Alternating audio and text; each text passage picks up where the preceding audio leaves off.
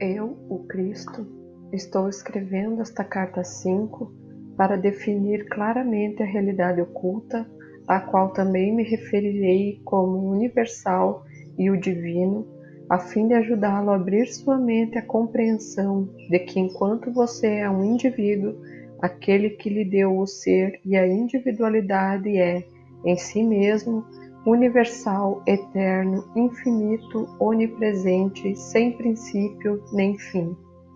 Para o bem das pessoas que resolverem ler a carta 5 antes das cartas anteriores, as quais relatam minha vida e meus verdadeiros ensinamentos enquanto estava na Terra, direi que meu verdadeiro eu, Jesus Cristo, não deve de nenhuma maneira ser confundido com o Jesus retratado no Novo Testamento.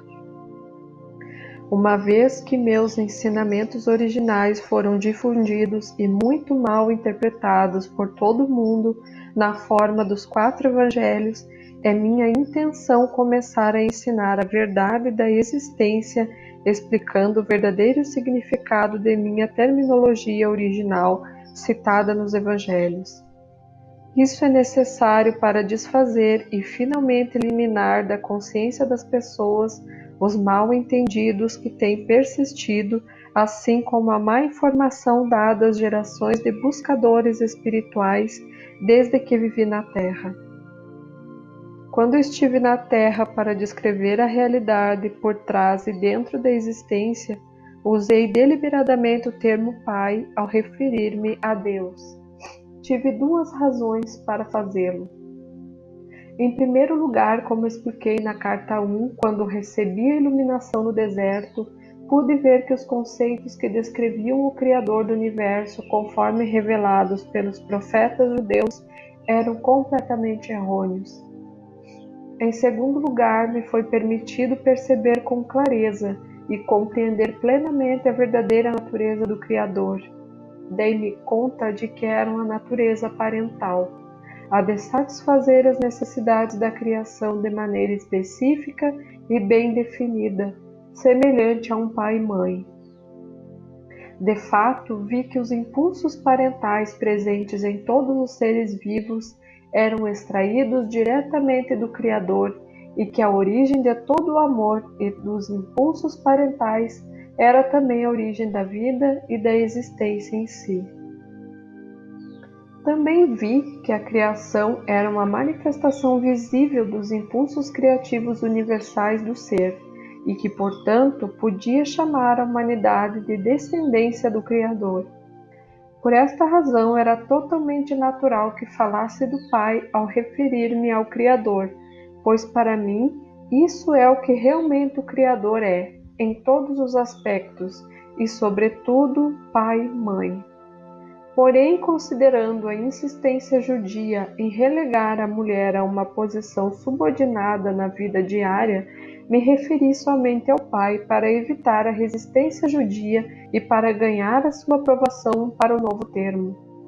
Também idealizei o termo pai para ajudar os judeus a perceberem que seu conceito de Jeová e a rigidez das leis judias eram totalmente errôneos. Também, ao utilizar o novo termo, o pai, para descrever o Criador, o impulso criativo por trás e dentro da existência, esclarecia que havia trazido um ensinamento completamente novo, oposto à crença estabelecida em um Deus que rejeitava certas pessoas e que enviava para elas merecidos desastres como castigo. Quero que você compreenda plenamente que em nenhuma parte do Novo Testamento foi dito claramente que eu estava trazendo uma instrução completamente oposta aos ensinamentos do Antigo Testamento. Portanto, não se pode confiar, aceitar ou crer no Novo Testamento como uma verdadeira narração de minha vida e ensinamentos. Um relato verdadeiro e preciso da minha personalidade, minha natureza iluminada, minhas atitudes emocionais e meus ensinamentos em si teriam amplamente esclarecido que as antigas formas de religião judaica e meus ensinamentos iluminados eram completamente opostos em todos os aspectos. A religião judaica possuía conceitos extremamente materialistas, Entretanto, existem escritos por meio dos quais os judeus espiritualmente iluminados alcançaram, e continuam alcançando, uma percepção mística da nossa fonte do ser. Estes, em vista de seu estado mental transcendente, devem ser profundamente honrados e respeitados. Mas quando os escritos dos profetas atingiram o homem e a mulher comum, transmitiram uma mensagem diferente, controladora, que era puramente humana e falsa. Nenhum controle do bem ou do mal é exercido por um Deus que está acima. Se fosse assim, o mundo não estaria em um estado tão espantoso de transtorno e miséria. Eu trouxe um novo ensinamento destinado exclusivamente a tornar as pessoas conscientes da universalidade do amor, a natureza inerente e transcendente daquele que trouxe toda a criação para a manifestação visível. Tenho o propósito de tornar isso muito claro para permitir aos buscadores da verdade libertar-se de qualquer vestígio de crença de que eu era simplesmente um profeta, em uma extensa linhagem de profetas judeus, e que eu continuava a pregar suas crenças, onde um Jeová Todo-Poderoso possuía sentimentos ambivalentes em relação à sua própria criação. O temor que os discípulos tinham dos judeus ortodoxos fez com que se conformassem com o que estes haviam decidido contar ao povo sobre mim. Você deve recordar que para ganhar novos adeptos judeus ao cristianismo, meus discípulos tiveram medo de renunciar ao Antigo Testamento, uma vez que este tinha mantido os judeus unidos durante séculos. Portanto, extraíram e adicionaram aos meus ensinamentos tudo que fosse compatível com as velhas crenças religiosas. Minha genealogia foi traçada para assegurar aos judeus que eu descendia do rei Davi. Porque teriam se incomodado em fazer isso? A não ser que quisessem deixar claro que eu era judeu de linhagem antiga e que, portanto, era um legítimo candidato a Messias. Se realmente tivessem compreendido o que eu tinha vindo fazer na terra, romper com o passado e lançar as bases para um futuro completamente novo de compreensão e atividade, teriam feito um esforço maior para assegurar que o povo compreendesse os verdadeiros propósitos que me impulsionaram até o dia da minha morte. Porém, não o fizeram e obscureceram muito do que tentei ensinar. Um discípulo de coração valente, Estevão, tinha menos medo de falar de meus verdadeiros ensinamentos, ainda que esses também tivessem sido modificados, mas foi apedrejado até a morte. Você deve compreender que a vida de meus discípulos era precária e que não é de se estranhar que mascarassem os meus ensinamentos com pensamentos tradicionais para torná-los mais aceitáveis ao povo. Haverá disputas ferozes quando digo que o cristianismo apresenta o registro de apenas algumas de minhas afirmações e curas, que não entraram em grande conflito com o ensinamento judaico. É uma religião criada por meus primeiros discípulos e Paulo, depois de sua iniciação na Antioquia, para manter os judeus unidos tanto quanto possível e trazer os gentios convertidos ao rebanho. Assim, a conveniência se converteu a uma faceta do pensamento cristão.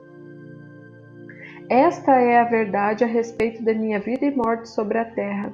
Surgirão discussões, pois as pessoas se apegam às suas mais queridas crenças. Quando chegam a abandoná-las, experimentam a mesma dor que sentem aqueles que perdem as suas mais queridas posses.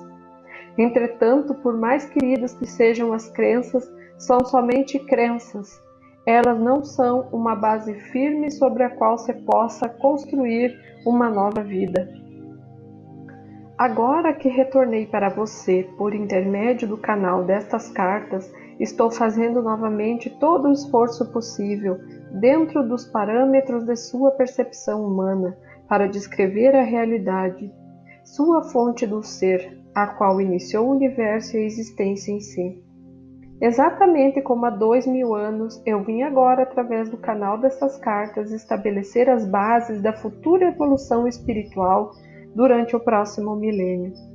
O seu desenvolvimento espiritual somente pode surgir de suas mais profundas percepções e da compreensão da natureza da existência e daquele que o trouxe para a existência. Pois o que você claramente percebe cria as condições nas quais você vive. A humanidade, por não ter compreendido as suas verdadeiras origens espirituais, está constantemente envolvida em guerras, gerando condições terrenas que são uma desgraça para a consciência humana, além de uma fonte de todo tipo de sofrimento. Por essa razão estou enviando, irradiando o pleno poder de minha consciência crística, a fim de trazer para você a verdade da existência, na forma de uma terminologia moderna e compreensível. Quero capacitar você a construir uma nova consciência e compreensão da verdade como ela realmente é, ao invés de deixá-lo continuar aderindo às falsas crenças que foram ensinadas ou transmitidas a você por tradição. Com o uso e a compreensão, a terminologia despertará em você a mesma ou ainda maior reverência, amor e percepção espiritual que você sentia antes, utilizando a palavra Deus. Esta terminologia mais apropriada, carregada de significado universal, preencherá você com o poder espiritual quando utilizar e visualizar o significado das palavras. Estou aqui para dizer que quando você tiver purificado a sua consciência dos grosseiros pensamentos e sentimentos humanos próprios dos impulsos do ego e perseverar na meditação e em uma elevação de sua consciência em direção ao universal, você começará a sentir o poder espiritual invadindo sua mente e finalmente todo o seu corpo. Assim, meus ensinamentos são dirigidos exclusivamente para ajudá-lo a abrir a sua consciência para a nova vida, a vitalidade e o poder espiritual, a fim de que você possa abandonar a sua velha maneira de viver limitada e insatisfeita e encontrar uma nova fonte de alegria interior e de satisfação para cada uma de suas necessidades. Reflita sobre esta afirmação. Eu não trouxe nenhum deve ou não deve, ou restrições frustrantes que você mesmo não queira impor a si mesmo. Eu certamente vim dizer como as suas formas de consciência têm a vida por si mesmas e no final se manifestam em seu mundo. Porém, deixa o seu bom senso escolher os pensamentos saudáveis, os atos amorosos e o caminho correto que leva a alegria e a realização, quando tiver compreendido a verdadeira natureza da criação. Vim também com a plena força do meu poder crístico para que você possa perceber que não há barreira entre você e a que trouxe para a existência. Somente há aquelas que você mesmo criou por ignorá-las desde sempre. Vim para ajudá-lo a remover as barreiras, iluminando a sua ignorância atual e ensinando a abrir a sua consciência, todo o seu ser, ao influxo daquele que o trouxe para a existência. Portanto, repito, minhas instruções são dirigidas exclusivamente para ajudar você a abrir a sua consciência para uma vida, uma vitalidade e um poder espiritual renovados, para que possa abandonar seu antigo modo de vida, limitado e insatisfatório, e encontrar uma nova fonte de alegria interior e de satisfação de cada uma de suas necessidades. Eu espero, com o amor divino, que você alcance esse supremo estado de ser antes que passe para a próxima dimensão, a fim de que a sua passagem possa ocorrer sem sofrimento e sua transição seja sublime. Este é o único propósito que motiva essas cartas. A afirmação acima é um modo mais forte e poderoso de dizer, em outras palavras, o que eu disse quando estava na Terra. Busque primeiro o reino dos céus e todas as coisas boas serão dadas a você em acréscimo. Não fiz essa afirmação para convencer as pessoas a serem boas. Anunciei um fato da existência. É preciso que compreenda completa e claramente que aquele que você chama de Deus, e a que me refiro como o universal, não possui nenhuma das características humanas que são atribuídas a ele pelas muitas religiões. As características humanas de raiva, ameaças e castigos, por exemplo, pertencem somente à condição humana. Digo novamente, eu, o Cristo, desci para ditar essas cartas expressamente para livrar sua mente das antigas imagens formadas com palavras humanas cunhadas pelos profetas. É minha firme intenção substituí-las por descrições do poder da consciência universal, a qual realmente cria, move-se e apoia o universo visível e todas as demais dimensões para além de sua percepção e compreensão atual. Também estou aqui para contar que estes outros universos e dimensões se abrirão e estarão acessíveis à sua consciência quando o conhecimento traçado nestas cartas for absorvido e se converta na própria matéria de sua consciência individualizada. Finalmente, a morte significará uma feliz transição de uma dimensão de existência limitada para outra mais luminosa e poderosa. Quando estiver adequadamente purificado espiritualmente, você saberá que está maduro para emergir da cápsula do corpo, e você sairá, aliviado por estar livre das limitações físicas, para entrar em uma dimensão de amor, beleza e maravilhosa existência. Você perceberá a morte como ela pode ser, o que realmente é para as almas iluminadas, uma gloriosa transição, um presente de vida maior, de grande criatividade e uma experiência de ser extasiante, como você nunca sonhou. Também quero deixar claro que muitas e muitas pessoas acreditam que podem viver uma vida frutífera e realizada, seguindo milhares de diferentes mestres do pensamento positivo. Mude a sua consciência, eles dizem, e você mudará a sua vida. Isso é verdade até certo ponto. Porém, para os buscadores que estão em evolução espiritual, tal mudança de consciência ainda deixa certa aridez de espírito e um anseio de algo mais. Este algo mais que a alma anseia é o verdadeiro contato e reunião com a sua fonte do ser. Pode ser que você alcance esse crescimento espiritual por seguir o caminho e perceber somente o bem, o verdadeiro e o amoroso. Porém, permanecerá sendo uma entidade funcionando sozinha em seu próprio lugar, ligada à Terra e não assistida pelo universal, infinito e eterno. Uma vez que compreenda a natureza do universal e volte os seus pensamentos para fazer realmente contato com isso, você se dará conta de que já não está sozinho, que está sendo sustentado pela realidade a qual sustenta o universo. E quando digo fazer verdadeiro contato com isso, significa que quando você está fazendo a oração suplicante para receber esse ou aquele benefício, não está fazendo um verdadeiro contato com a sua fonte do ser. Certamente a fonte do ser recebe a oração e frequentemente obtém-se uma resposta rápida, que satisfaz a necessidade, inclusive tal como foi pedido. Porém, o verdadeiro contato com a fonte do seu ser será experimentando somente quando você tiver purificado suficientemente a sua consciência do impulso grosseiro do ego humano e quando tiver passado algum tempo meditando e estendendo regularmente sua consciência de maneira emocionalmente poderosa em direção à fonte, buscando conexão, renovação e repouso do espírito. Este é o verdadeiro propósito por detrás da existência, uma constante e mútua reciprocidade de comunicação entre a fonte de todo ser e a criação. Aqui lembro a você que quando eu vivia na Terra, todos os dias dizia aos judeus com muita clareza que, por mim mesmo, não posso fazer nada. Continuamente declarava que é o Pai quem faz o trabalho, não eu.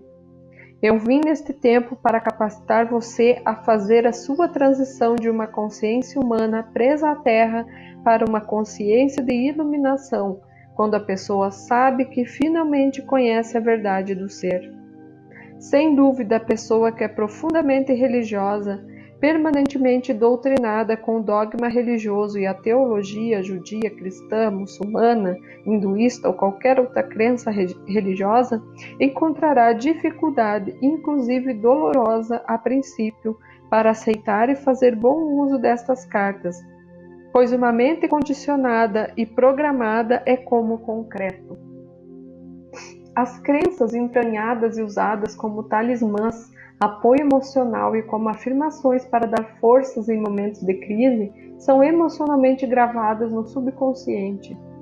Normalmente elas incorporam um temor de ofender a Deus ao contemplar e avançar para uma verdade mais elevada.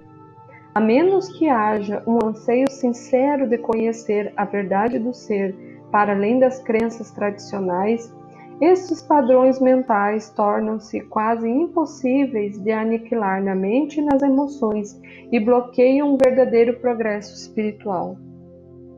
Vim expressamente para ajudar aqueles que têm vontade de mover-se para além dessas barreiras em direção à iluminação verdadeira. Portanto, se você sente intuitivamente que as palavras nestas páginas são a verdade e sente-se atraído por elas, tenha confiança de que está pronto para começar o caminho espiritual que se esboça nestas cartas. Eu estou à disposição para dar a você a coragem para seguir adiante até alcançar a meta. A verdadeira iluminação espiritual, a renovação da vida, a força de vontade e a descoberta do que eu chamei de o reino dos céus. Diariamente a oração e a meditação sincera permitirão a você alcançar a purificação mental e gradualmente a verdade e a compreensão substituirão os antigos mitos que foram tão importantes para você algum dia. Antes de começar os ensinamentos que se seguirão, eu, o Cristo, tenho que lembrá-lo de que seu universo não é sólido. Como provavelmente você já sabe, de acordo com seus cientistas, a matéria é sólida, a substância visível do mundo é de fato composta de partículas de energia. A verdade do ser de sua dimensão terrena repousa sobre esta realidade fundamental da criação.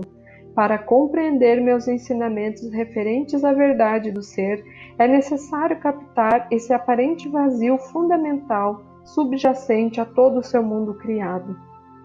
A maioria de vocês conhece esse fato da existência de maneira intelectual, mas isso não foi ainda nem remotamente filtrado pela sua consciência para dar a vocês uma nova perspectiva do mundo e da existência em si mesma. Como vem fazendo há milênios, vocês continuam pensando que o seu mundo é sólido e que as condições do corpo e de todo fenômeno externo estão fora do seu controle. Vocês acreditam que são vítimas da existência e suas vidas diárias refletem esta crença. Entretanto, a verdade é o contrário. Portanto, é absolutamente necessário para mim retornar para ajudá-los a avançar em direção a uma percepção mais elevada da verdade. Como disse na carta 1, depois da iluminação no deserto, eu voltei ao meu mundo de cidades e vilas da Palestina. Imediatamente comecei a controlar os elementos da matéria, nos lugares onde via necessidade de ajudar aqueles que estavam em privação ou sofrimento. Vim para mostrar a vocês exatamente por que eu pude fazê-lo. Como revelei na carta 1, durante o tempo em que percebi plena iluminação no deserto, me foi mostrado que a matéria não era realmente sólida. Não me foi dado entender exatamente como as partículas elétricas, que chamei de cintilar de partículas, tomavam a aparência de matéria visível. Eu sabia simplesmente que essas partículas se moviam em altas frequências de velocidade no interior da mente de Deus e que a mente de Deus era universal. Eu percebi que a mente de Deus era tanto o Criador como a substância de todas as coisas da criação em si. Disso eu estava absolutamente seguro. Também vi muito claramente que o pensamento humano, quando carregado de convicção ou emoção, afetava radicalmente esse processo de materialização de formas visíveis. Portanto, a mente humana poderia interferir, e de fato fazia isso, na verdadeira intenção da mente de Deus. Esta foi uma compreensão emocionante e entusiasmante, pois percebi que os mitos que os rabinos judeus me ensinaram eram claramente falsos, e imediatamente os eliminei de minha mente. Abracei a verdade com entusiasmo, pois compreendi por que as pessoas experimentavam a miséria e o sofrimento. Isso emanava de seus próprios processos de pensamento. Também me foi dado ver as comunidades de partículas vivas, que a ciência chama de células, trabalhando dentro de todo ser vivo. Eu estava consciente da harmonia divina, controlando o funcionamento das células, as quais ativamente construíam e mantinham as distintas partes dos corpos físicos de todas as criaturas vivas e das plantas, grandes e pequenas.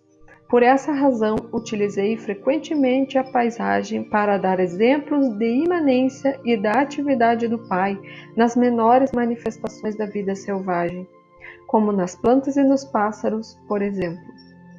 Como expliquei com clareza nas cartas de 1 a 3, chamei a mente de Deus de Pai porque pude perceber a verdadeira natureza da mente de Deus. Eu estava seguro de que, retornando ao povo da Palestina para descrever as revelações que havia recebido, eles compreenderiam que suas crenças, as quais tinham sido gravadas em suas consciências pelos rabinos, eram completamente falsas. Eu vi que a verdadeira natureza da mente de Deus era a forma mais elevada do amor divino e que isso podia ser visto consistentemente ativo em cada ser vivo. Como disse anteriormente, esse conhecimento me permitia fazer milagres e controlar os elementos onde fosse oportuno e necessário. Assim como me dediquei a explodir os mitos que aprisionavam as mentes dos judeus da Palestina, eu agora anseio mostrar a vocês que muitas das teorias propostas por seus cientistas surgiram como uma forte reação aos dogmas e doutrinas da Igreja anos atrás. Para compreender esta afirmação, você deve perceber que antes do tempo de Darwin, quando várias igrejas cristãs tinham a mente do povo sob o seu domínio, era geralmente aceito que o universo havia sido criado exatamente como estava escrito no Gênesis do Velho Testamento bíblico.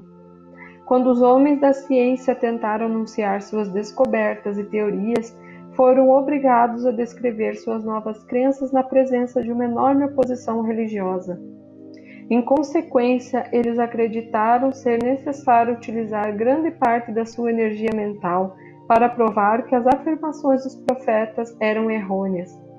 Mas ao fazer isto, essa estratégia causou a perda de sua clareza de visão, e eles se tornaram impulsionados pelo ego. Daí em diante, qualquer percepção intuitiva que fosse proposta por alguém da comunidade científica era ridicularizada, rejeitada e posta de lado por outros cientistas. Por causa desse clima mental, o pêndulo da investigação da verdade oscilou exclusivamente para a invariável crença na razão e na lógica, aprisionando o intelecto humano no materialismo, ao buscar as respostas acerca das origens da vida e da existência. Assim, é absolutamente necessário para mim refutar algumas teorias científicas e mostrar que são tão errôneas quanto as chamadas verdades da doutrina cristã. Ao chegar a algumas dessas teorias, tanto os cientistas como os homens da Igreja têm mergulhado no reino de absurdas suposições não provadas para responder a perguntas que não poderiam ser respondidas somente com a mente terrena. Mesmo tendo a ciência relatado que a substância do seu mundo material é composta basicamente de partículas elétricas que estão em movimento com a grande velocidade no espaço, ela é incapaz de explicar por que tais partículas de energia tomam a forma e a densidade da matéria. Ela apenas afirma que existem forças de fusão que casualmente criam os elementos. A ciência não pode dizer a você qual é a força de motivação que atrai as partículas que formam os elementos. A ciência tampouco pode explicar de onde vêm originalmente tais partículas de energia. Apenas afirma que foram liberadas durante o Big Bang, a qual acreditam deu o primeiro impulso para a criação. Por que um repentino Big Bang? Do que? Qual foi o fator de motivação por trás dele? A ciência fala de eletromagnetismo, porém não pode dizer de onde vêm tais energias que aparecem e desaparecem. Para onde vão? Por que vão? De uma perspectiva humana, não parece haver atividade inteligível dentro ou por trás desse trabalho. A ciência diz que o eletromagnetismo simplesmente é um simples fato da existência, ainda que produza um trabalho altamente inteligente e intencional sob a forma de milhões de bilhões de substâncias das quais é feito o universo. Como acontece isso?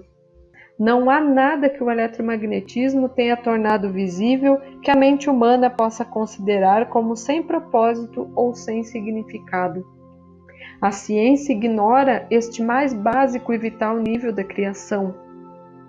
Sem uma resposta para o porquê, tudo o que é trazido para a manifestação visível através da atividade de energias gêmeas do eletromagnetismo, que sempre tem um propósito, tem êxito e é racional, nada de valor se descobrirá na busca de suas origens. Até que a ciência possa testar e descobrir a realidade do espaço no qual as partículas elétricas do ser visível estão apoiadas, a ciência ficará sempre por trás das portas fechadas do materialismo. O acesso à verdade eterna e à sabedoria universal estará sempre bloqueado e ela permanecerá encerrada unicamente dentro das amarras da razão. Razão esta que é somente o produto da atividade finita das células do cérebro. É a verdadeira natureza do espaço o que eu quero apresentar a você. Porém, antes de fazer isso, devo primeiro chamar sua atenção para perguntas altamente pertinentes. Através dos tempos, muito do trabalho do eletromagnetismo tem aparecido à mente, à visão e ao tato das entidades vivas como alguma coisa sólida e imutavelmente durável. Acreditava-se que o metal, a madeira, a rocha, as entidades vivas, todas eram compostas de matéria sólida, inanimada ou viva. Com tal crença em um universo sólido, é natural que os antigos profetas místicos tenham concebido um indivíduo poderoso, possuindo o enorme poder de criar todas as substâncias sólidas do universo. Ao visualizar tal indivíduo poderoso, era natural que eles percebessem uma figura majestosa de controle universal, que possuía uma natureza de retribuição quando confrontada com o comportamento da humanidade, a qual havia produzido uma sociedade turbulenta. Nem os profetas da antiguidade, nem a ciência de hoje se aproximaram da verdade da existência. Ambos têm passado longe da verdade. A ciência diz que a vida começou quando, de uma maneira inexplicável, uma combinação correta de reações químicas produziu uma molécula capaz de fazer cópias de si mesma, provocando mais reações químicas. Tal descrição da enorme e abundante complexidade e poder da força da vida como sendo perceptível, porque é capaz de duplicar a si mesma, revela o empobrecimento básico da percepção e do pensamento científico que produziu tal teoria. Além disso, permanece sem ser questionada cientificamente a sugestão de que a combinação de elementos químicos inanimados que se reuniram de modo específico acidentalmente poderia produzir tão assombroso resultado de autoduplicação. Isso ocorre porque a mente humana finita e mesmo o pensamento científico não pode lidar com um acontecimento tão estranho como a autoduplicação espontânea. Isso é por demais sugestivo de um acontecimento mágico, de alguma intervenção de uma fonte inimaginável, a qual os cientistas não ousam considerar por medo do ridículo. Esse consenso de cordeiros é considerado mais científico do que produzir teorias inspiradas, as quais são bloqueadas pelas leis materialistas que a ciência estabeleceu para si mesma.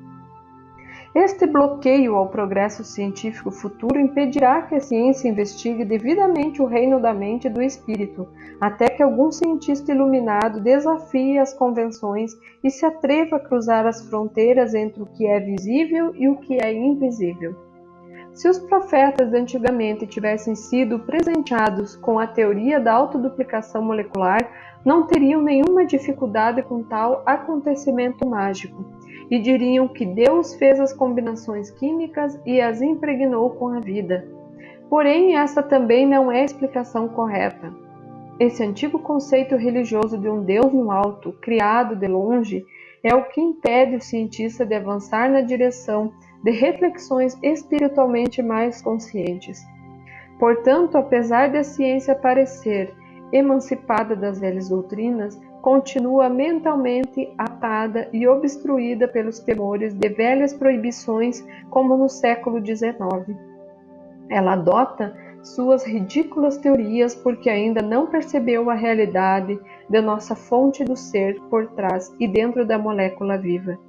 Continuando a sua história da criação, a ciência afirma que depois da autofabricação de moléculas vivas capazes de duplicarem a si mesmas, elas constituíram a si mesmas em uma molécula viva, tão pequena que não se pode ver a olho nu.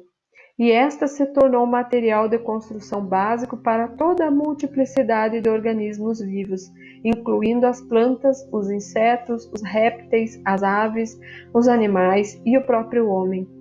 Assim, todos os seres vivos teriam um antepassado em comum, a primeira molécula viva. A ciência não pode explicar por que as moléculas autoduplicantes se combinaram para formar uma célula viva.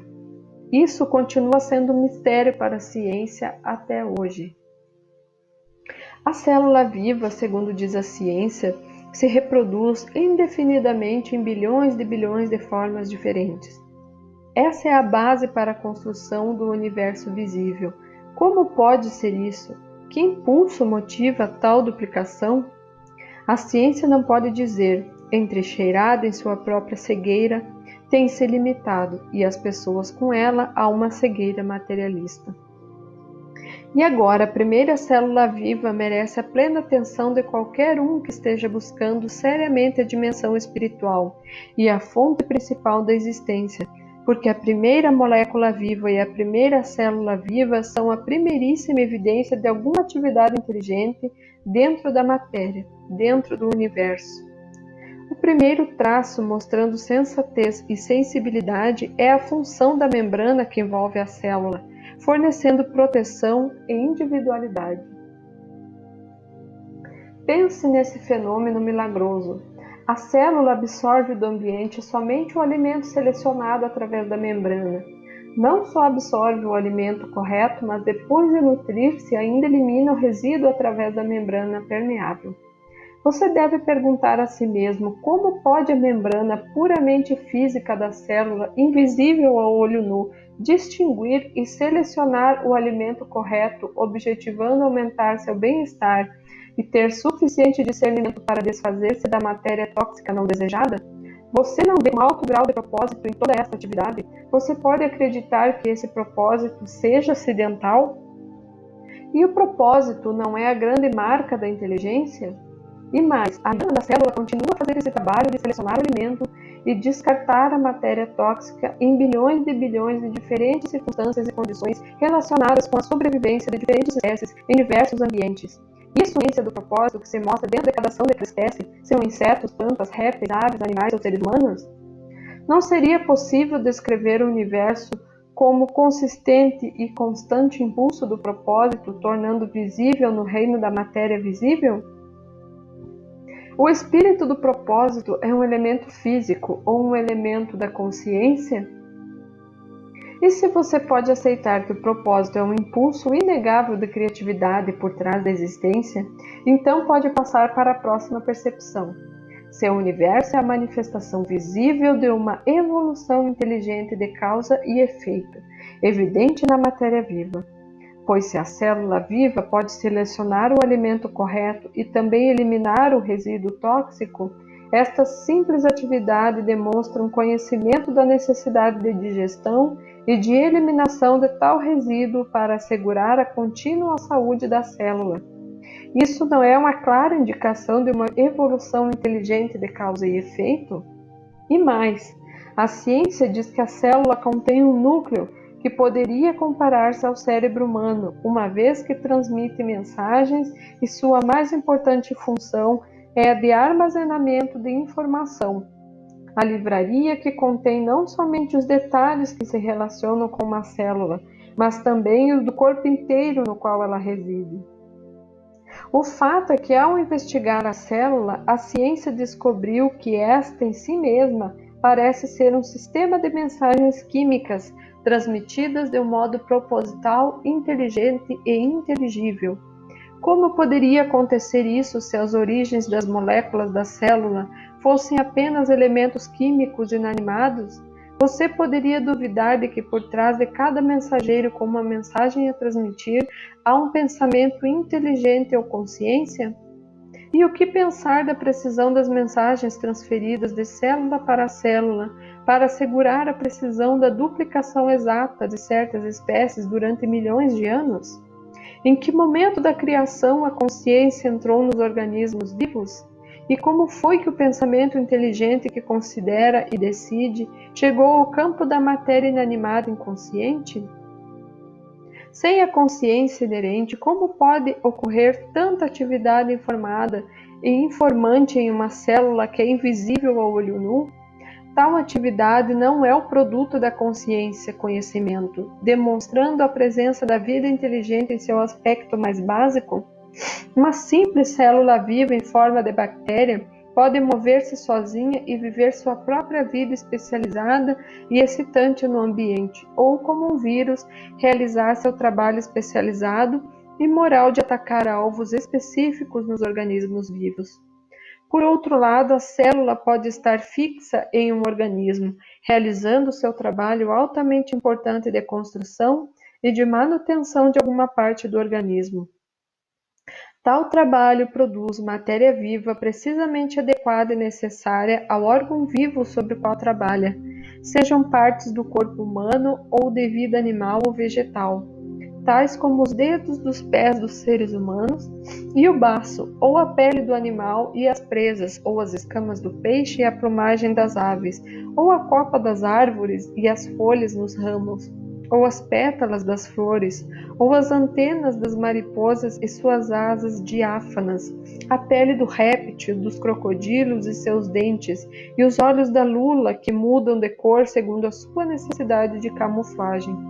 Cada um desses fenômenos físicos completamente diferentes e aparentemente não relacionados foi criado pelo trabalho especializado e individualizado de bilhões e bilhões de células vivas idênticas. Ao contemplar a grandeza e a diversidade do trabalho realizado por uma simples célula viva e invisível ao olho nu, você pode acreditar em um universo mecanicista? Seria possível fazer tudo isso se a matéria produzida por tais células fosse lógica, sem nenhum objetivo razoável e sem nenhuma razão para sua existência, desprovida da consciência pessoal? Este não é o caso. Estas células vivas idênticas trabalham juntas em harmonia dentro do homem ou do animal, para fazer um fígado com suas múltiplas funções no corpo, para criar um olho complexo, que tem seu propósito específico de pôr o organismo em contato direto e inteligente com seu ambiente, incorporando a ajuda do cérebro, para fazer ossos fortes expressamente desenhados em conjunto com tendões e músculos, para unir-se a outro de maneira tão conveniente que permitem o pleno e ágil movimento do organismo. Além disso, células nunca interferem no trabalho de outras células. Ao criarem um rim, não fazem de repente uma orelha. Ao criarem cabelo, não se lançam subitamente a fazer pele. Não, as células criam um couro cabeludo e as mesmíssimas células criam o cabelo. A única diferença entre as células da pele e as do cabelo é o trabalho que realizam segundo após segundo durante toda uma vida. Por quê? Qual é o fator motivador inspirador? Acidente?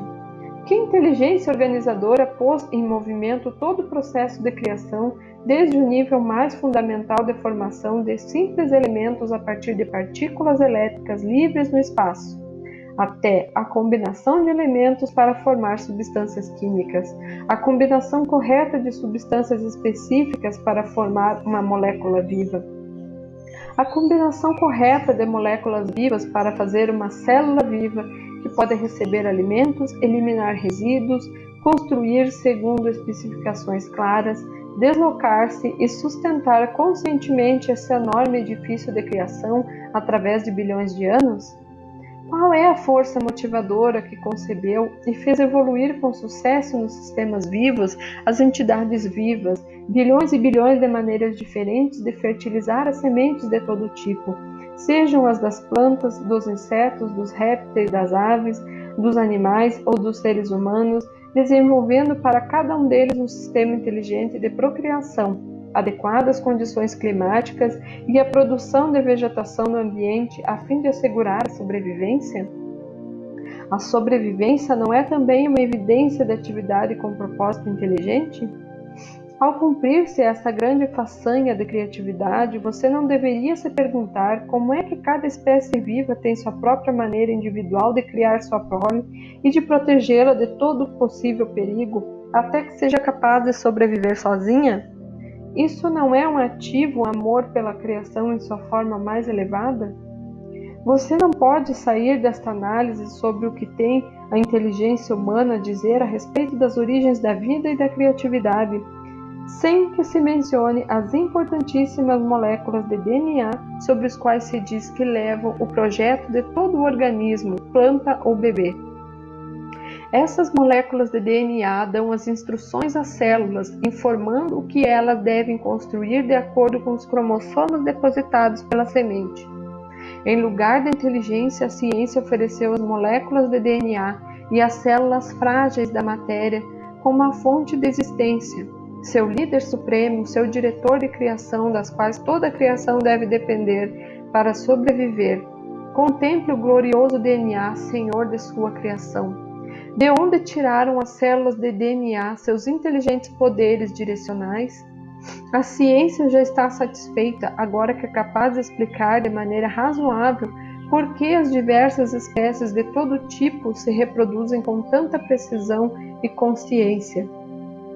A ciência quer que você acredite que vive um universo puramente mecanicista, que o fenômeno da evolução surge puramente de mutações casuais e da sobrevivência do mais apto. Se você estudar os diversos organismos da criação, as múltiplas e diferentes atividades da espécie relacionadas, poderá verdadeiramente acreditar em um conceito materialista tão pouco provável? Não é uma mera coincidência que hoje várias pessoas criativas empreendem viagens difíceis para explorar, determinar e fotografar os lugares em que vivem as criaturas selvagens e as plantas silvestres, a fim de permitir descobrir a imensa inteligência por trás da criação. Você é entretido e instruído por um banquete de fatos e fotografias sobre as maravilhas de seu universo. Durante meu tempo na Terra, não tive tais maravilhas às quais referir-me para ensinar aos judeus a universal verdade da existência. Eu tinha somente os animais domésticos e as aves para usar como exemplos de maravilhosa inventividade, inteligência e consciência, aparentes em todo ser vivo. Em nenhuma parte do Evangelho foi escrito que eu me referia ao alto e poderoso Jeová como Criador, como era o costume dos líderes judeus. Não. Eu recorri ao campo, às flores e às aves e procurei ensinar aos meus compatriotas que eles estavam rodeados por uma criação milagrosa e maravilhosa. Há 2000 anos, em sua dimensão, nos faltava seu atual conhecimento científico para observar e explicar de maneira inteligente a atividade que eu chamava o Pai, em tudo o que se encontra ao seu redor. Para descobrir a sua verdadeira fonte do ser, peço a você que avalie a inimaginável e indescritível complexidade e diversidade de trabalho intencional, claramente evidente nos pinguins e nos porcos. A mente humana pode reproduzir qualquer das atividades mais básicas no sistema digestivo, por exemplo, que rapidamente reúne as enzimas requeridas e os hormônios necessários para a digestão? Como a mente finita, que é incapaz de perceber claramente o verdadeiro processo criativo governado pelo conhecimento instintivo, ousa declarar explicitamente, desafiando a contradição, que compreende as verdadeiras origens da criação e as forças que deram forma à criação?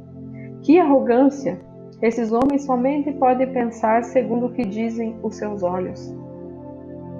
Vejo a ignorância científica atual com compaixão amorosa, com certo grau de divertimento e um grande desejo de alfinetar seu orgulho, pois enquanto alguém não questionar sua autossatisfação e posição de infalibilidade, o verdadeiro casamento entre as eternas verdades e o conhecimento científico humano não poderá acontecer.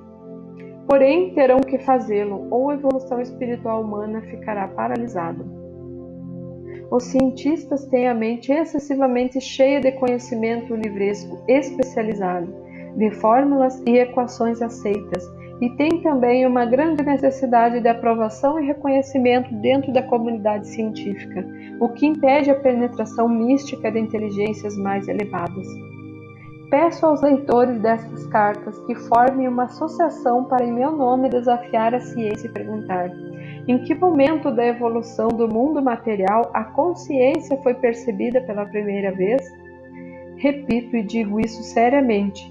Pergunte ao cientista em que momento da evolução do mundo percebe-se pela primeira vez a consciência?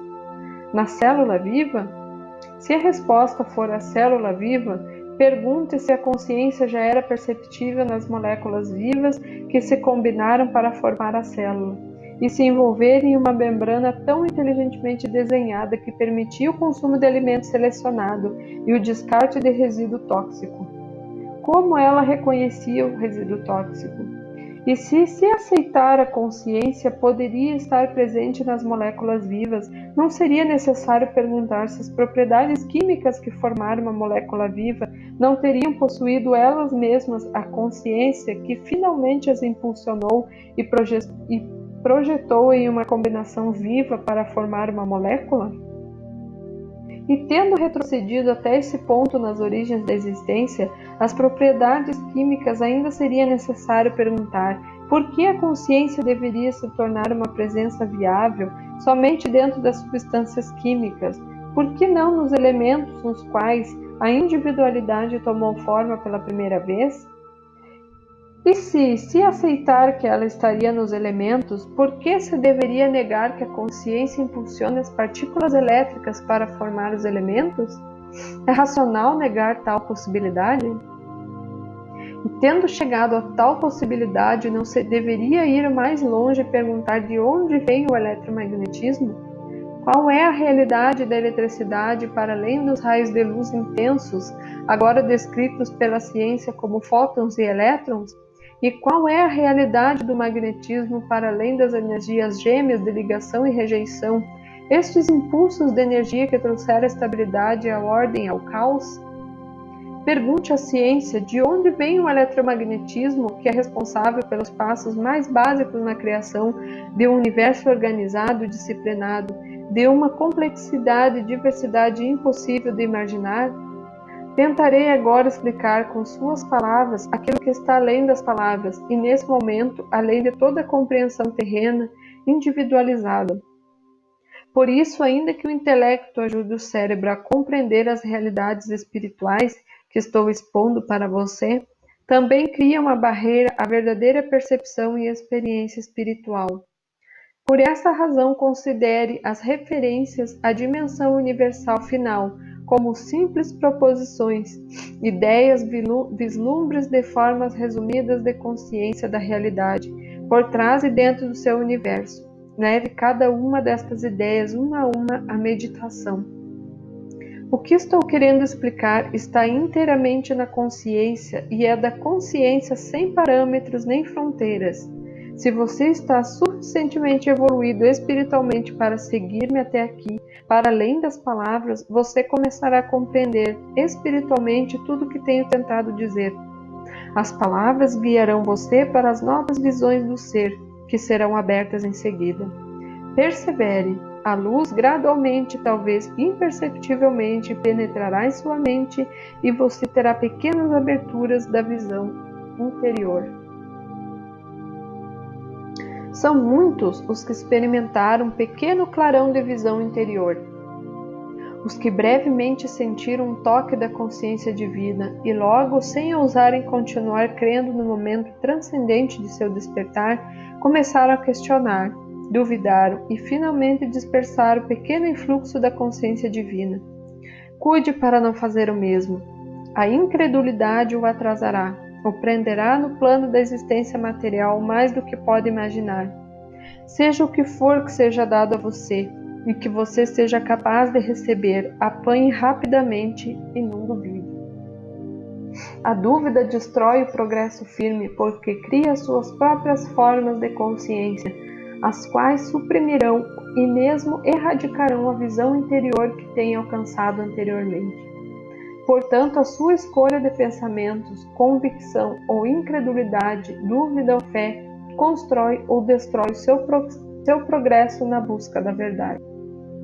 Qualquer negação apaga de sua consciência o progresso que você tenha conquistado. Além disso, quanto mais alto você ascender na verdade espiritual, mais poderosos se tornam seus pensamentos.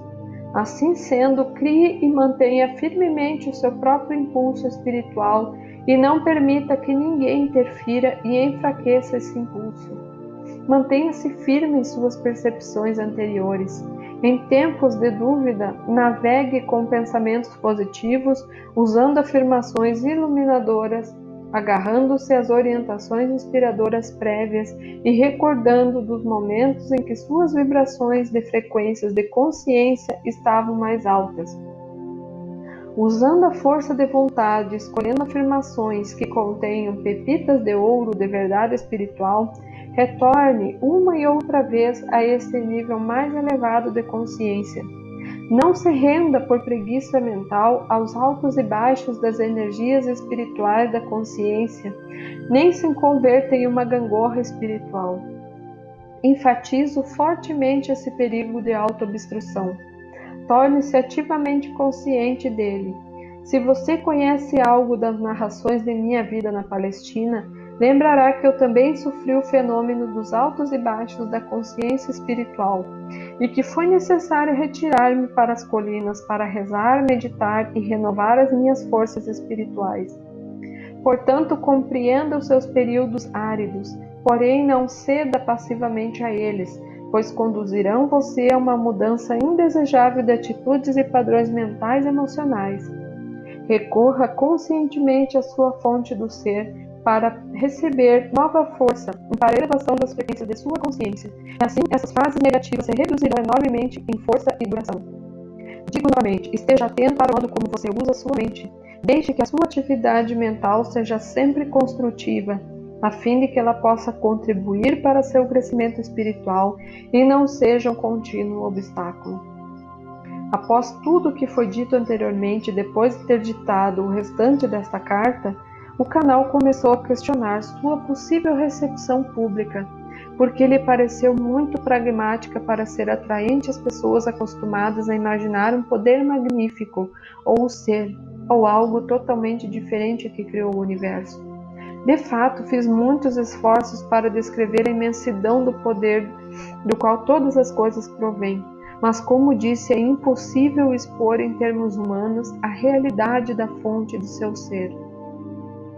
As almas espiritualmente evoluídas que serão levemente inspiradas pela consciência divina relatam que a experiência é completamente bela e gloriosa e inteiramente inesquecível, ainda que não plenamente descritível em termos humanos. Essa experiência mística é possível quando as frequências vibratórias da mente já são elevadas e a consciência inteira está inundada com raios da consciência divina. É uma condição que envolve mais os sentimentos do que o intelecto e as células do cérebro.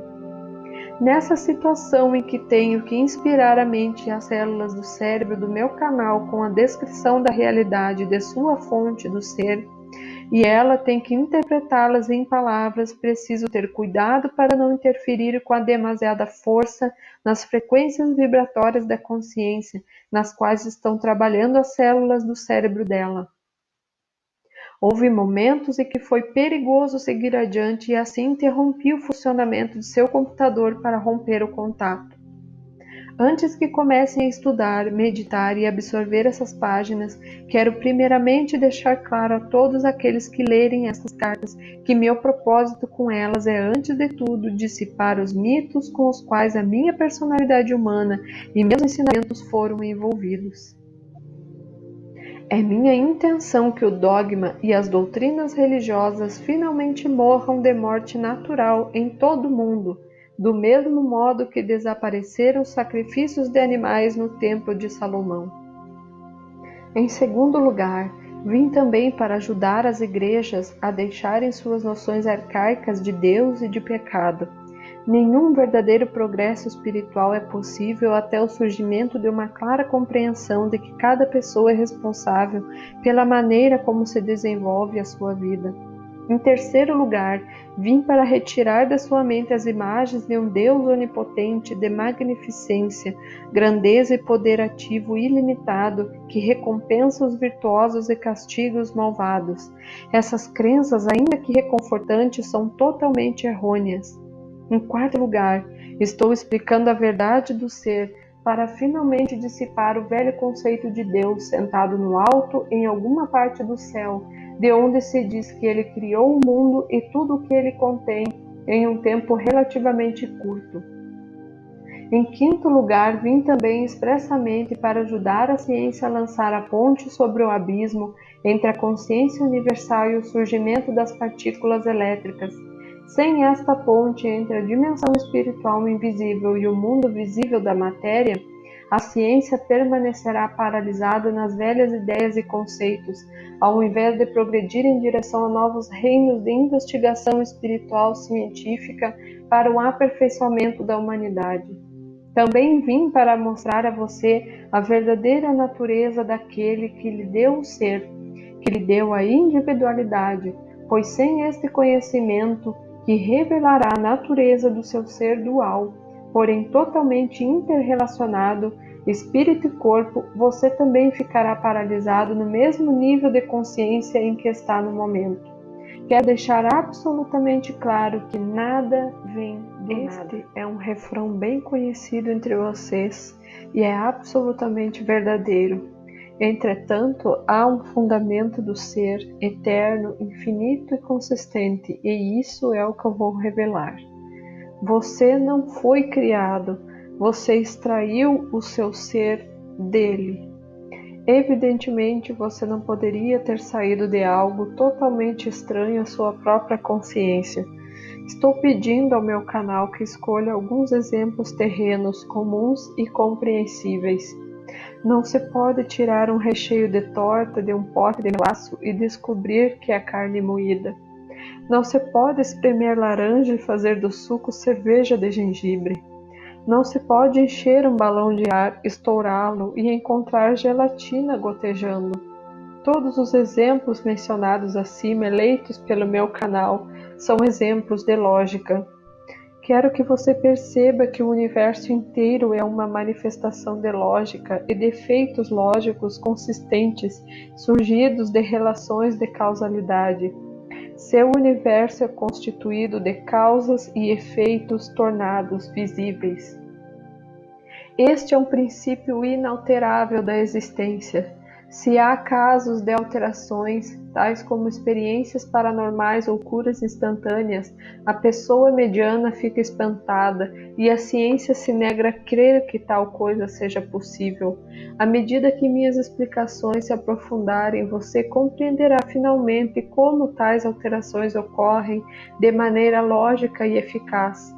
Em outras palavras, estas alterações ocorrem segundo leis espirituais naturais e sempre servem a um propósito necessário. Não há nada sem sentido em nenhuma parte da criação, nem sequer em uma formiga ou mosquito, a menos que a mente de uma entidade tenha nascido defeituosa ou tenha sido danificada. Assim, isto é claro.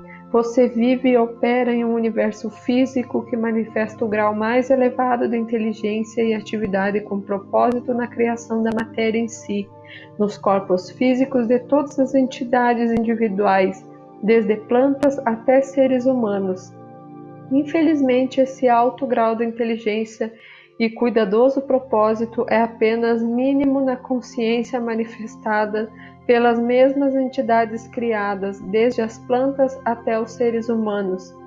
Em outras palavras, o corpo através do qual você vive e no qual pensa, sente e realiza suas atividades, manifesta em seus órgãos físicos e funcionamento um grau de inteligência e de propósito amoroso muito mais elevado do que o de sua consciência humana. Os interesses humanos estão principalmente envolvidos nos problemas da sobrevivência diária pessoal, do desfrute dos prazeres e da satisfação física e emocional. Para conquistar esses propósitos, a maioria das pessoas utiliza os produtos fabricados como matéria. Mesmo as mentes dos cientistas não podem desvendar totalmente os segredos ocultos da existência terrena, e apesar de todo o seu conhecimento científico, estão tão atolados nos caminhos da existência quanto aqueles que não possuem nenhum conhecimento. Portanto, é uma conclusão lógica que aquele do qual você extraiu seu ser físico é imenso, não somente em tamanho, mas também em uma imensidão de força de vontade, a vontade para autoexpressão e criatividade. Visualize durante o momento o tamanho do universo material, o Sol e seu calor, a Lua, o planeta Terra e o Sistema Solar, as galáxias de estrelas e o fato de que esta matéria visível é totalmente interdependente e também dependente do movimento dos corpos planetários e está sujeita às leis universais de função e movimento perpétuos. Este vasto universo teve suas origens no e foi extraído do fundamento do seu ser. E a totalidade da força-energia de vida do universo tem saído do mesmo fundamento do ser.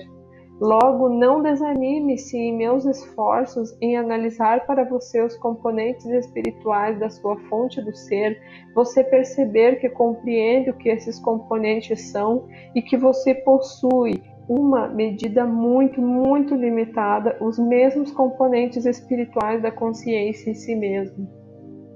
Você extrai tudo o que você é, espiritual, mental, emocional e fisicamente, de sua fonte do ser.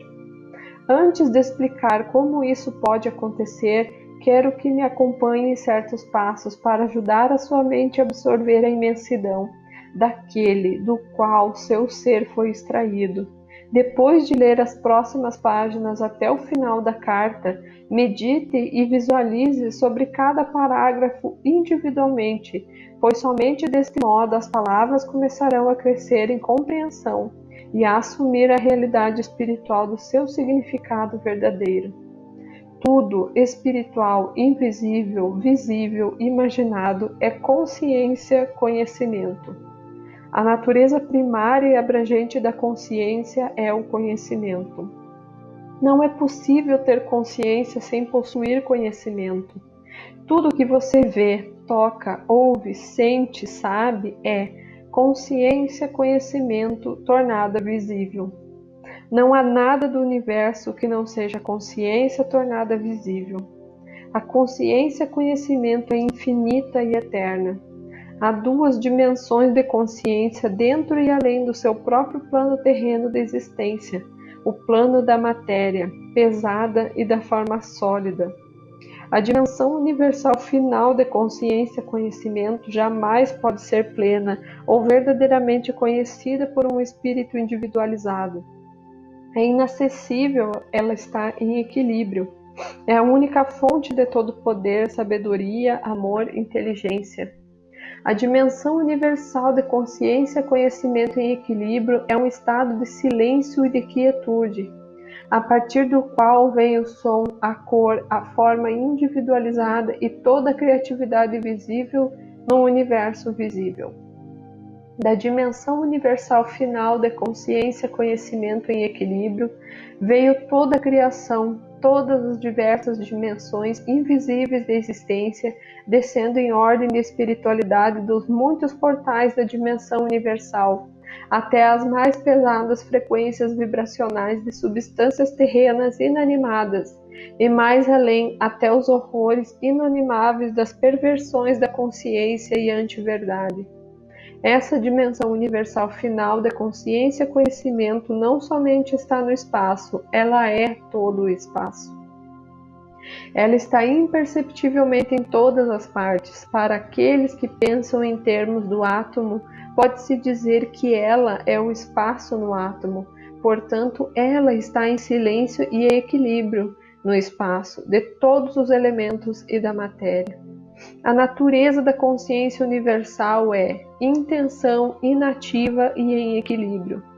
Portanto, a consciência universal é um estado de infinita, eterna, ilimitada, vasta intenção poderosa, primitiva, pura e bela. Esta intenção é a de expressar a sua natureza. A intenção da natureza da consciência universal é a totalidade da vontade e do propósito, sempre unidos em um abraço. A vontade universal é surgir e criar. O propósito universal é dar forma individual à criação e experimentá-la. Na dimensão universal final de intenção da consciência-conhecimento, a vontade universal está em um estado de mútua retenção, com o propósito universal, ambos em perfeito equilíbrio no silêncio e quietude. A vontade universal é inteligência universal. O propósito universal é amor universal, universalmente em equilíbrio, em mútua retenção, a partir das quais têm tomado forma todas as coisas visíveis e invisíveis e todos os impulsos humanos. Se você pudesse perceber a plenitude da realidade universal em seu interior, você seria desintegrado pelo seu poder explosivo e dissolvido sem forma na consciência-conhecimento. Ela transcende a condição humana individual do mesmo modo que o calor e a luz do seu sol é bilhões de vezes mais potente que a luz dos vagalumes que cintilam na escuridão. Quando estive na terra, fiz uma distinção entre seu Pai no céu e seu Pai em seu interior. Quando falava de seu Pai no céu, queria dizer inteligência universal. Por causa da atitude dos judeus para com as mulheres, eu me referi somente a esse aspecto da consciência universal. Nos dias de hoje, a você que está consciente da igualdade dos gêneros, falo de pai, mãe, consciência em equilíbrio, na consciência universal conhecimento, onde o pai consciência é a inteligência universal e a mãe consciência é o amor universal. O instrumento da energia criativa do Pai Consciência, a eletricidade, está em um estado de mútua retenção e equilíbrio com o instrumento da energia criativa da Mãe Consciência, o magnetismo.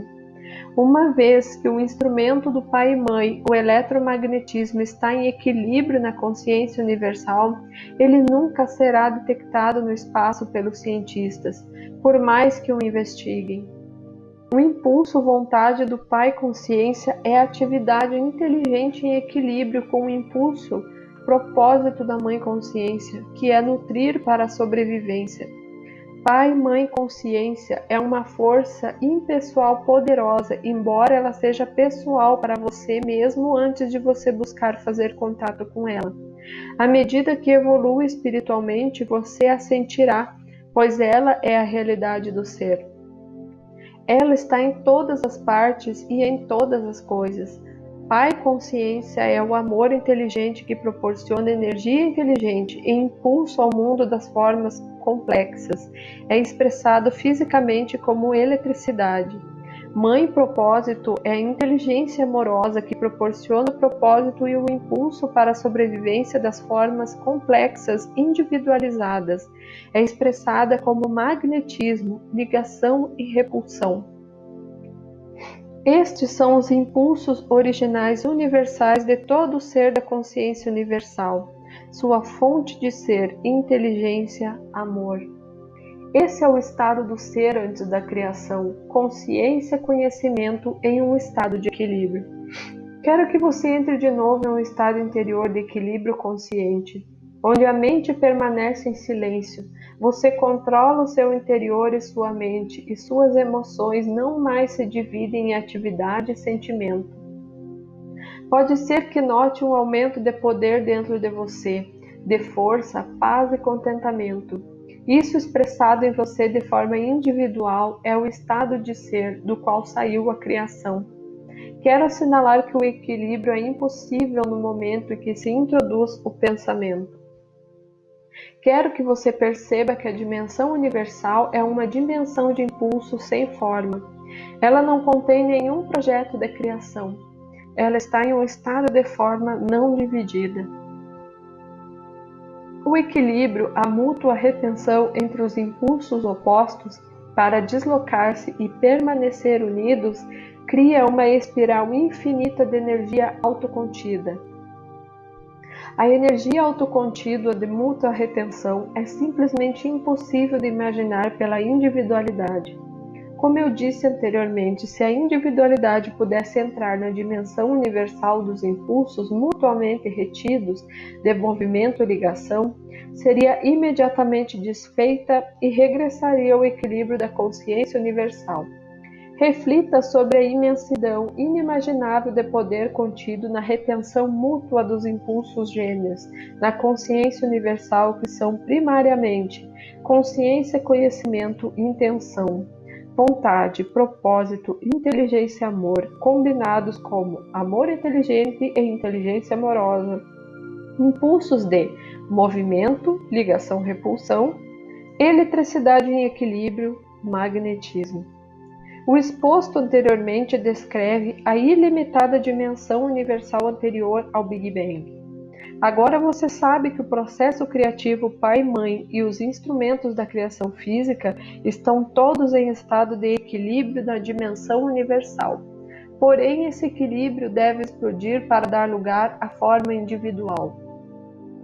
Você sabe também que, em virtude de que os impulsos eternos e infinitos estão contidos no estado de retenção mútua, esses impulsos são de uma intensidade inimaginável de energia, contra a qual a sua energia atômica contida na desintegração do átomo é um simples puff, um espasmo infinitesimal sem importância. Quero que compreenda plenamente tudo o que foi anteriormente dito, uma vez que a compreensão do que ocorreu no momento do Big Bang dará a você um vislumbre do que aconteceu no momento da explosão da consciência universal, que permitiu a criação da forma individual. A consciência universal foi despedaçada. A vontade e o propósito, Pai inteligência e Mãe amor nutrição, foram explodidos para trabalharem de maneira independente, mas também conjuntamente. Os seus respectivos instrumentos foram a eletricidade e o magnetismo. Da explosão do equilíbrio veio a grande intenção de autoexpressão. A consciência universal do ser se converteu num impulso da consciência individualizada do eu, demandando autoexpressão. A vida e o eu original são sinônimos da dimensão da matéria. Eles se converteram na consciência da matéria. O que é a consciência da vida? É Pai inteligência e Mãe amor. O impulso de movimento, o impulso de propósito, nutrição, sobrevivência. Visto como eletricidade na matéria, visto como magnetismo. Comece a imaginar a explosão da consciência do conhecimento. Para ajudá-lo a parcialmente visualizar o que ocorreu no momento do Big Bang, tente lembrar algum momento em que você também experimentou uma explosão em sua consciência. Isso ocorre quando você dedica todo o seu ser para alcançar algum objetivo importante. Você está a ponto de se engajar na execução de seus planos, em um estado de excitada antecipação, e alguma circunstância banal, ou uma pessoa insensível o impede de realizar os objetivos que são tão caros ao seu coração. Como você se sentiria? A sua concentração seria dividida e você explodiria. Aqui novamente devo pedir ao meu canal para enumerar alguns exemplos do que quero dizer em termos humanos, pois mesmo a menor consciência terrena é extraída da consciência universal. Imagine que você está no aeroporto, entusiasmado e preparado para desfrutar de férias inesperadas em um lugar distante. Ao chegar ao balcão de viagem, descobre que não existem documentos para você. Não há passagens, não há informação de reserva para o voo e nem de hospedagem, embora tenha pago tudo com o cartão de crédito. Como você se sentiria? Você está vestido com um traje muito caro, aguardando para jantar com alguns clientes importantes e está a ponto de concluir um grande contrato milionário. O garçom derruba um prato de comida quente sobre você. Como você se sentiria? Após fazer compras, você se dirige ao estacionamento e descobre que as rodas e as portas do seu carro foram roubadas em pleno dia. Como você se sentiria? Com compaixão, você abre o porta-moedas para dar algumas ao mendigo inválido que choraminga, Porém, o homem se atira com força, rouba sua carteira e sai correndo como um atleta. Como você se sentiria? Em todas essas circunstâncias, você teria uma forte consciência de iniciativa em sua mente. A sua cabeça estaria cheia com um plano para sair e fazer alguma coisa, para realizar um certo propósito, pacificamente. A sua intenção estaria entrelaçada com seu propósito, portanto em equilíbrio, mas observe que sua atenção crescia na expectativa de se aproximar do seu objetivo. Quanto maior a tensão, maior a explosão. De fato, você estaria no mesmo estado que a consciência universal, conhecimento e intenção. Pai, inteligência em equilíbrio com mãe, propósito. Para dar o ser e a forma ao plano que você tem a intenção de criar. Você pode imaginar o caos mental e emocional que se seguiria após sua explosão, a incapacidade de pensar com clareza, os pensamentos que viriam um após o outro, exigindo expressão, nenhum deles sensatos ou lógicos? Tente compreender que você, uma forma individualizada, é um microcosmo do macrocosmo. Você é a cabeça de um alfinete expressando a consciência, conhecimento universal. Seja quando em equilíbrio medita, aquietando o pensamento, seja como consciência ativa, quando pensa e sente, projeta e cria. Portanto, se você puder relacionar a sua minúscula explosão de consciência com a explosão dos céus, terá uma pequena ideia do caos que se seguiu momentaneamente, tanto na dimensão universal quanto nos éons de tempo, dentro da nova expansão criada na dimensão matéria, ainda em seu estado sem forma.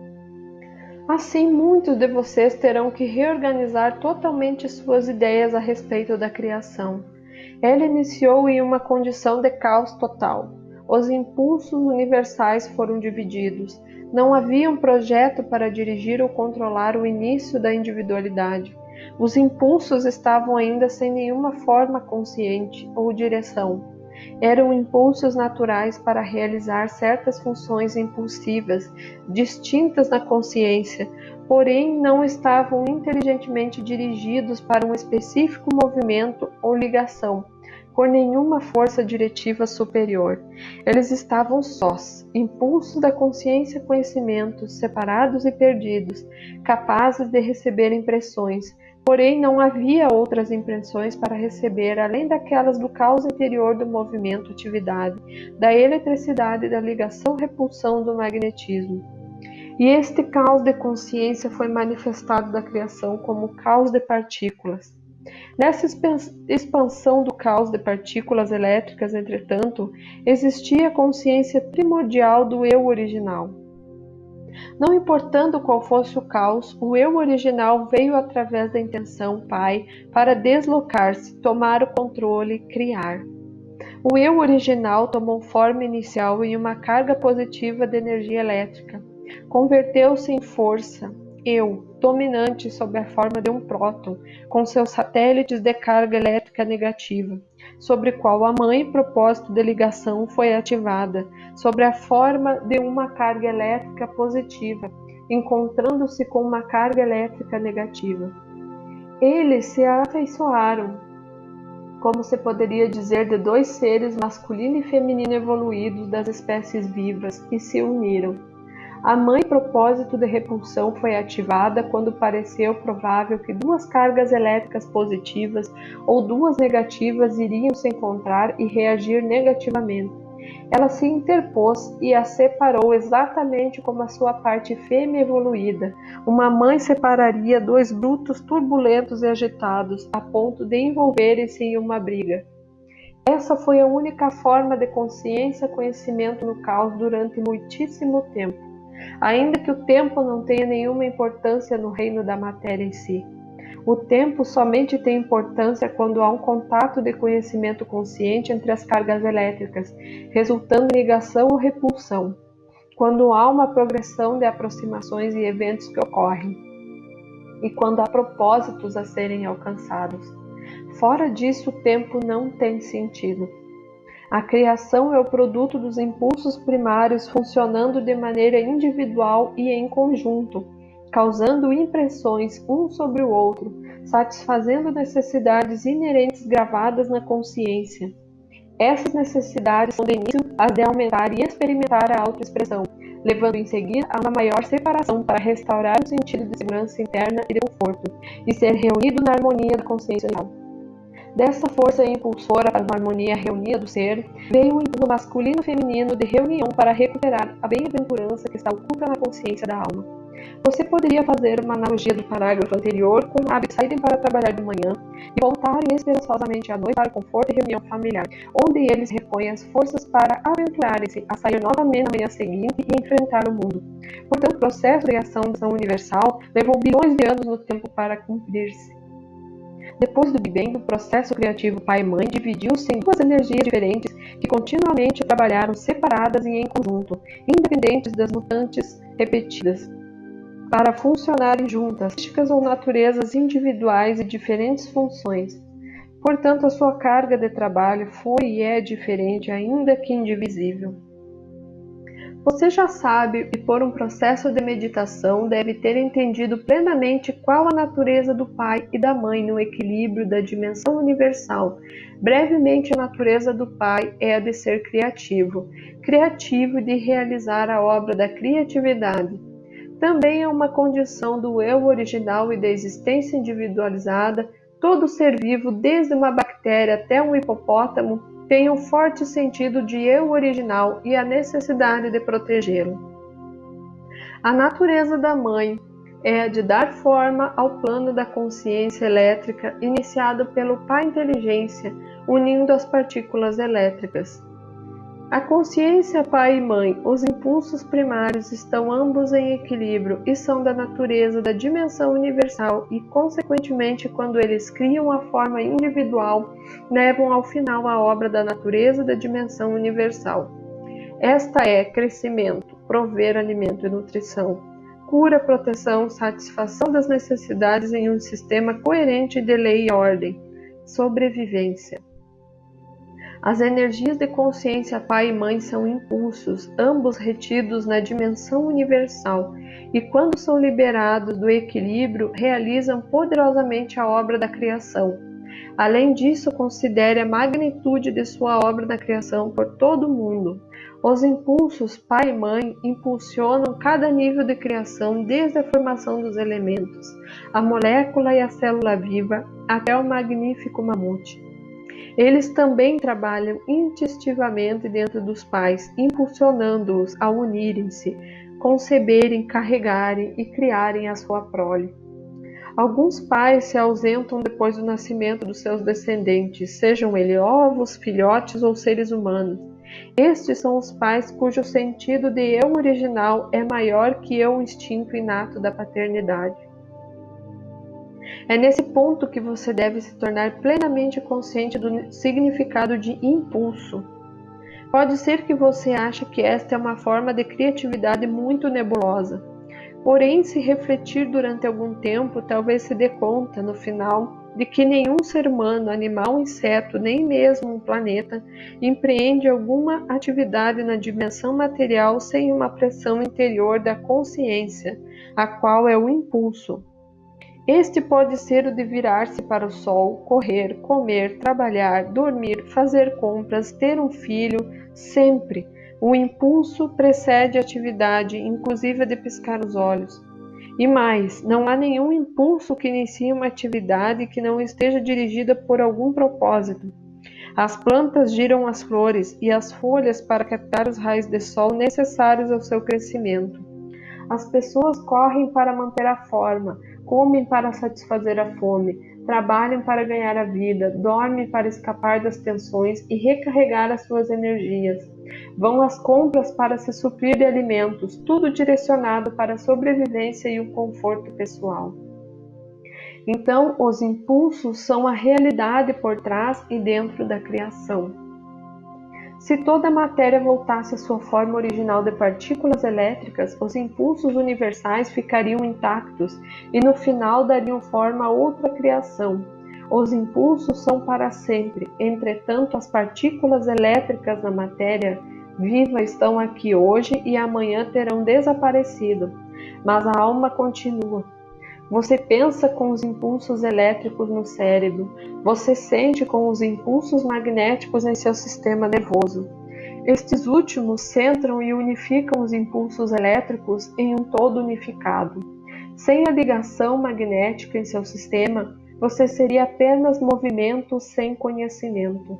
Agora é o momento de levá-lo de volta às minhas experiências no deserto, descritas na carta 1.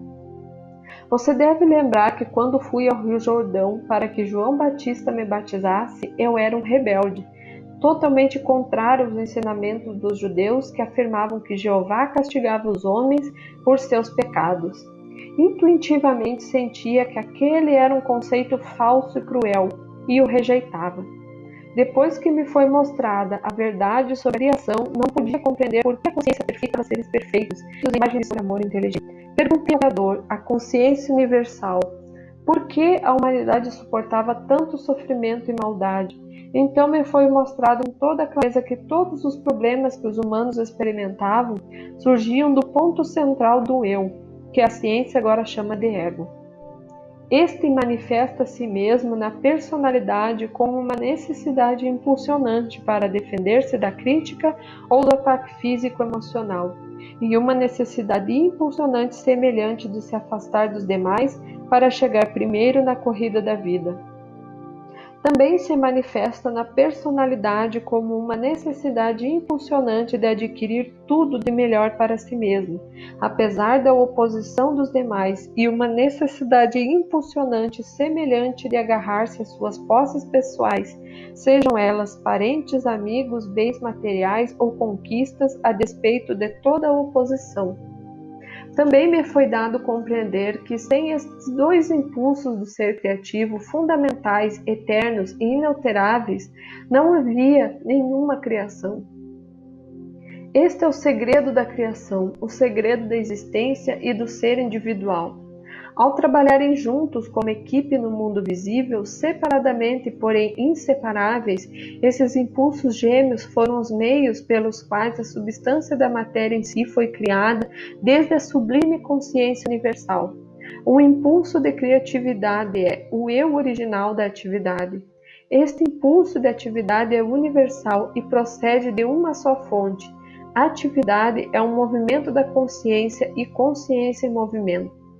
O outro impulso criativo possui um sentido figurado, duas faces olhando em direções opostas. Elas são ligação-rejeição, trazer para o eu e rejeitar desde, também conhecido como atração-repulsão, atrair para o eu, repelir a consciência.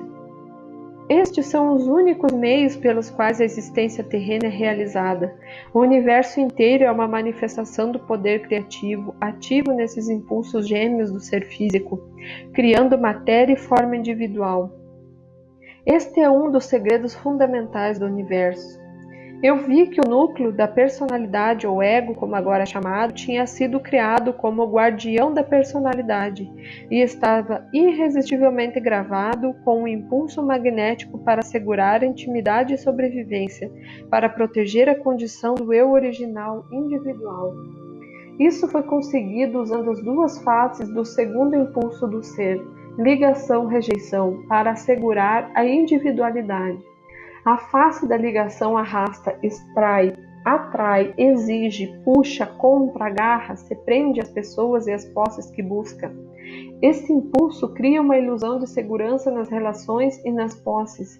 É um instrumento da consciência mãe que inspira a construção de famílias, comunidades e nações. Ele pode produzir beleza, alegria, harmonia e amor. Ele também pode destroçar vidas e destruir comunidades quando é dirigida pelo ego. Sem esses dois impulsos gêmeos do ser, todas as coisas permaneceriam sempre misturadas umas às outras na eternidade imutável do poder criativo universal em equilíbrio. Sem esses impulsos gêmeos, não haveria nenhuma interação entre dar e receber, e puxar e empurrar, necessários para a criação de milhões de experiências pessoais a partir das quais avança e evoluciona a personalidade. Portanto, o problema da personalidade da direção do ego, que é suportado por todas as coisas vivas e pela humanidade, era e é um fato irrevogável e inevitável da criação. Qualquer outra explicação é puro mito. Eu vi que o que os homens chamam pecado era o resultado direto da interação dos impulsos de ligação-rejeição na natureza humana. Os impulsos de ligação-rejeição constituem o disfarce emocional mental utilizado por todas as entidades individuais criadas, incluindo as aves e os animais. Você vê esses impulsos funcionando em toda a natureza, inclusive na vida das plantas. Os impulsos de ligação-rejeição dirigiam e dirigem o comportamento em direção à sobrevivência de todas as entidades na criação. Não houve nenhuma escapatória dos impulsos de ligação-rejeição. Esses impulsos gêmeos foram a fonte efêmera de todo conforto mundano, prazer e felicidade, e também a fonte de toda enfermidade, miséria e privação do mundo. Entretanto, além disso, subjacente, transcendendo e interpenetrando tudo, estava e está a vida nascida da explosão da consciência universal, sendo o próprio fundamento a fonte da consciência terrena, assim como a consciência pai e mãe é criativa. Também o pensamento do homem é criativo, pois o pensamento e o sentimento são o exercício e a união dos instrumentos gêmeos da consciência pai e mãe. Desse modo, esses impulsos de ligação-rejeição na personalidade individual tornam-se também altamente criativos na medida em que determinam e tornam visíveis as formas de consciência das coisas desejadas e das coisas rejeitadas. Este é o segundo segredo fundamental do universo. Eu vi que o pecado era um conceito artificial convenientemente idealizado por homens para descrever qualquer atividade humana que causava dor a outros. Era inevitável que todos os seres humanos em algum momento causassem algum tipo de aflição ou dor a outros por causa de sua tendência natural de arrebatar as coisas dos demais e de repelir com rudeza os demais, a fim de conseguir o que querem da vida. Essa propensão humana de ferir os outros em nada ofende a consciência universal, Deus, como afirmaram as religiões judaica e cristã. Somente a humanidade poderia compreender o significado da palavra pecado, pois uma vez que somente a humanidade e toda a criação que está submetida ao ser humano conheceria a dor, a privação e a miséria causados pelos dois impulsos fundamentais da individualidade, ligação-rejeição, que estão ativos na personalidade humana. O impulso inerente ao homem para proteger a sua própria individualidade o tinha feito estabelecer normas e leis para a sociedade humana. O poder criativo universal, amor, não tinha absolutamente nada a ver com o estabelecimento de restrições, limitações, leis e juízos humanos. Eu também vi que o poder criativo pai e mãe vida fluía continuamente através de todo o universo e era vida em minha mente, utilizando os impulsos gêmeos de pensamento e sentimento. Assim, qualquer poderoso pensamento ou sentimento imperfeito podia alterar e mudar o padrão de consciência das coisas criadas. Por outro lado, meu pensamento, quando estava completamente purificado dos impulsos gêmeos do ego e totalmente receptivo ao poder criativo pai e mãe, inteligência, amor, reintroduzia a condição do perfeito amor inteligente. Consequentemente, uma condição que previamente tinha sido construída de modo imperfeito como resultado de um pensamento imperfeito, podia voltar a uma condição de integridade, mudando as atitudes e pensamentos egocêntricos para aqueles de amor incondicional. Minha mente era um instrumento do processo criativo total originário do amor universal.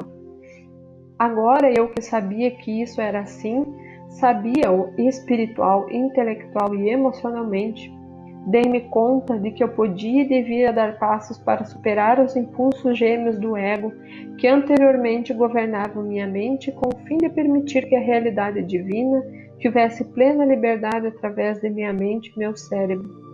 Por isso, houve uma luta entre o meu resistente ego humano e minha consciência pai e mãe durante as agudas tentações que experimentaria ao final da minha iluminação no deserto. Satanás não teve nada a ver com o cabo de guerra que ocorreu dentro da minha consciência. A guerra foi travada entre os impulsos gênios da individualidade, ligação, rejeição e a realidade divina que se tinha feito conhecer como amor, vida inteligente. Transcendente, mas ainda dentro de mim, que progressivamente absorveria minha individualidade cada vez mais, se eu meditasse continuamente e purificasse a minha consciência dos impulsos egoístas. O que expus é uma descrição do conhecimento poderoso com o que voltei a Nazaré. Assim, o meu tempo de cura física passado com minha mãe até que eu me restabelecesse também foi um tempo de oração e meditação, do qual extraí a inspiração e a força para consciente e consciosamente viver a natureza do divino ou realidade universal. Como você sabe, a natureza do divino ou realidade universal é vida. Quando ela está ativa na criação, ou também podemos dizer na individualidade da criação, ela cresce, nutre, alimenta, regenera, cura, protege, assegura a sobrevivência, satisfaz as necessidades de tudo que foi criado, tudo dentro de um sistema de perfeita harmonia, cooperação, lei e ordem. Esta é a natureza da vida. Toda a sua obra na criação se realiza de acordo com a natureza universal e a promoção do bem mais elevado de todos os seres vivos. Se você pode compreender essas palavras, perceberá por que voltei do deserto como um homem cheio de alegria, com um novo entendimento da beleza do mundo, com um sentimento de absoluta confiança e sabendo que era possível controlar a aparência da matéria. Você sentirá comigo a euforia que senti por poder oferecer aos judeus a gloriosa notícia de que o reino dos céus estava dentro deles. Tudo o que eles tinham a fazer era encontrar isso com a minha assistência, e suas vidas mudariam para sempre. Deixo você com o mesmo conhecimento, o qual, usado em oração e plenamente compreendido, pode mudar o curso da sua vida. À medida que você lê, a sua consciência será elevada, e à medida que buscar inspiração, ela virá. Desejo que você compreenda, aspire, cresça e alcance. Relaxe em minha luz, pois enquanto você lê, reflete, medita e ora, é absorvido em minha consciência crística, a qual se tornará cada vez mais clara para você, à medida que evolua no conhecimento divino. Que meu amor e minha fé em sua crescente sabedoria os envolvam.